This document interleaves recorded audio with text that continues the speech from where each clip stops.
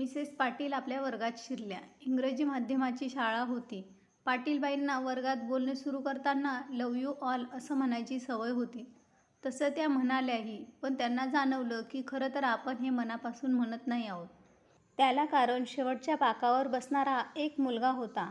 तो मुलगा अगदी अव्यवस्थित गबाळा असा होता आणि पाटीलबाईंना त्याच्याबद्दल प्रेम किंवा आत्मीयता वाटेल असं, त्यांची दखल घ्यावी असं काहीही नव्हतं. त्या मुलाला जरा अलिप्तपणेच त्या वागवायच्या. कोणत्याही नकारात्मक गोष्टीसाठी बऱ्याचदा त्याचंच उदाहरण द्यायच्या आणि कोणत्याही सकारात्मक गोष्टींच्या बाबतीत त्याच्याकडे पूर्ण दुर्लक्ष करायच्या. पहिली तिमाही झाली. प्रगती पुस्तक लिहायचे दिवस आले.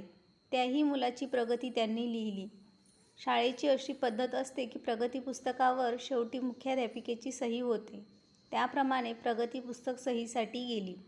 मुख्याध्यापिकेने पाटीलबाईंना बोलावून घेतले. त्या म्हणाल्या, अहो, प्रगती पुस्तकात प्रगती लिहायची असते. पालकांना कळायला हवे की त्यांच्या मुलामुलींना काही भवितव्य आहे. या विवेकबद्दल तुम्ही असे काहीच लिहिले नाही. असं कसं चालेल? त्याच्या पालकांना काय वाटेल? अहो, त्याला ते मारतील सुद्धा एखाद वेळी. पाटीलबाई म्हणाल्या, मी त्या मुलाचं करू तरी काय? अहो, सकारात्मक काहीच नसेल, काही प्रगतीच नसेल तर मी तरी काय लिहू?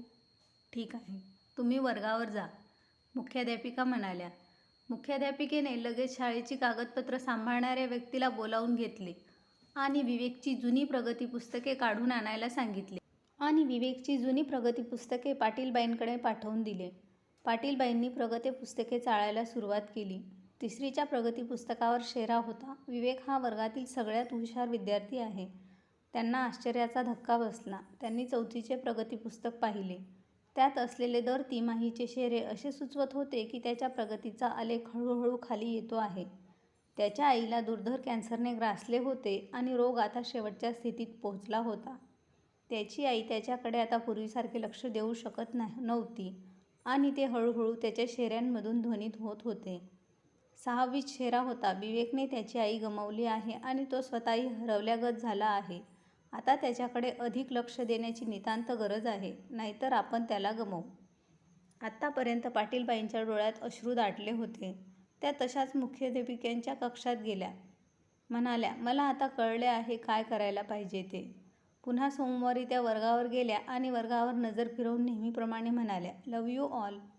पुन्हा त्यांना जाणवलं की आपण खरं बोलत नाही आहोत, कारण त्यांना वर्गातल्या सर्व मुलांबद्दल वाटणाऱ्या प्रेमापैकी कैक पटींनी जास्त माया आता विवेकविषयी वाटत होती. त्यांनी आता मनाशीच काही ठरवलं होतं. आता विवेकला हाक मारताना त्यांचा स्वर बदलला होता. त्या विवेकशी सकारात्मक वागत होत्या. दिवस जात होते. शाळेचा शेवटचा दिवस उगवला. सगळ्या मुलांनी टीचरसाठी छान छान गिफ्ट्स आणले होते. एकच गिफ्ट एका जुन्या वर्तमानपत्रात गुंडाळलेली होती. शिक्षिकेच्या अंतःप्रेरणेने त्यांनी ओळखले की कोणाची गिफ्ट आहे ते. एक अर्धी वापरलेली परफ्यूमची बाटली आणि 2 खड्यांच्या बांगड्या. एका बांगडीतले 2 खडे आधीच निखळलेले होते. सगळी मुले हसली. त्यांनी ती गिफ्ट विवेकची आहे हे ओळखले.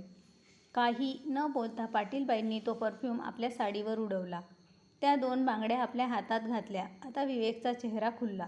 हलकेच हसून तो म्हणाला, आता माझ्या आईसारखा सुगंध तुमच्या साडीला येतोय. ती मला सोडून गेली त्याआधी तिने वापरलेला हा शेवटचा परफ्यूम होता आणि शेवटी तिच्या हातात ह्याच बांगड्या होत्या. 1 वर्षानंतर म्हणजे शाळा संपली तेव्हा पाटीलबाईंच्या टेबलावर एक पत्र होते.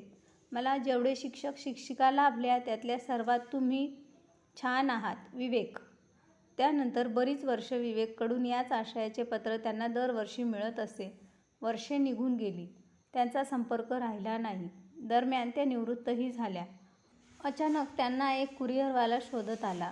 त्याने एक पत्र त्यांना दिले. त्यावर प्रेषक म्हणून नाव होतं डॉ. विवेक, पीएचडी.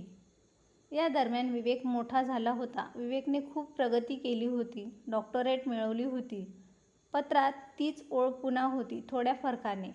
मला जगात खूप माणसे भेटली, पण तुम्ही सर्वात छान आहात. मी लग्न करतोय आणि तुमच्या उपस्थितीशिवाय लग्न करण्याचा विचार मी स्वप्नातही करू शकत नाही. सोबत विमानाची 2 तिकीटं होती. जायचे आणि यायचे. पाटीलबाईंकडे आता तो परफ्यूम नव्हता, पण त्या बांगड्या मात्र अजूनही त्यांच्या हातात होत्या. पाटीलबाईंना राहवले नाही. त्या लग्नाला गेल्या. तिथे अपरिचित जास्त होते, त्यामुळे त्या मागच्या एका रांगेत बसून चाललेला सोहळा पाहत होत्या. मात्र कुणीतरी त्यांना शोधत होते. त्यांनी त्यांना ओळखले आणि पहिल्या रांगेत नेले. तिथे एका खुर्चीवर चिठ्ठी लावलेली होती, आई. त्यांना पाहताच सोहळा थांबवून विवेक त्यांच्यापाशी आला. त्याने त्यांना सन्मानाने खुर्चीवर बसविले, पाया पडला आणि म्हणाला, तुम्ही माझ्या आईपेक्षा कमी नाही. आज मी जो काही आहे तो केवळ तुमच्यामुळेच. लग्न पार पडले. जोड्याने पुन्हा पाया पडायला आला तेव्हा नवपरिणीत पत्नीला म्हणाल्या, ह्या नसत्या तर आज जसा मी आहे तसा कधीच घडलो नसतो. त्यावर पाटीलबाई उत्तरल्या, विवेक जर माझ्या वर्गात नसता तर मला कधीही कळलं नसतं की शिक्षिकेने आधी प्रत्येक मुलाची आई असणं जास्त जरुरीचं आहे, मग शिक्षक. ह्यालाच म्हणतात आदर्श शिक्षक. तर मित्रमैत्रिणींनो, कशी वाटली कथा आवडली असेल तर कमेंटमध्ये नक्की कळवा. आवडल्यास लाईक करा, शेअर करा आणि आमच्या चॅनलला सबस्क्राईब करायला विसरू नका.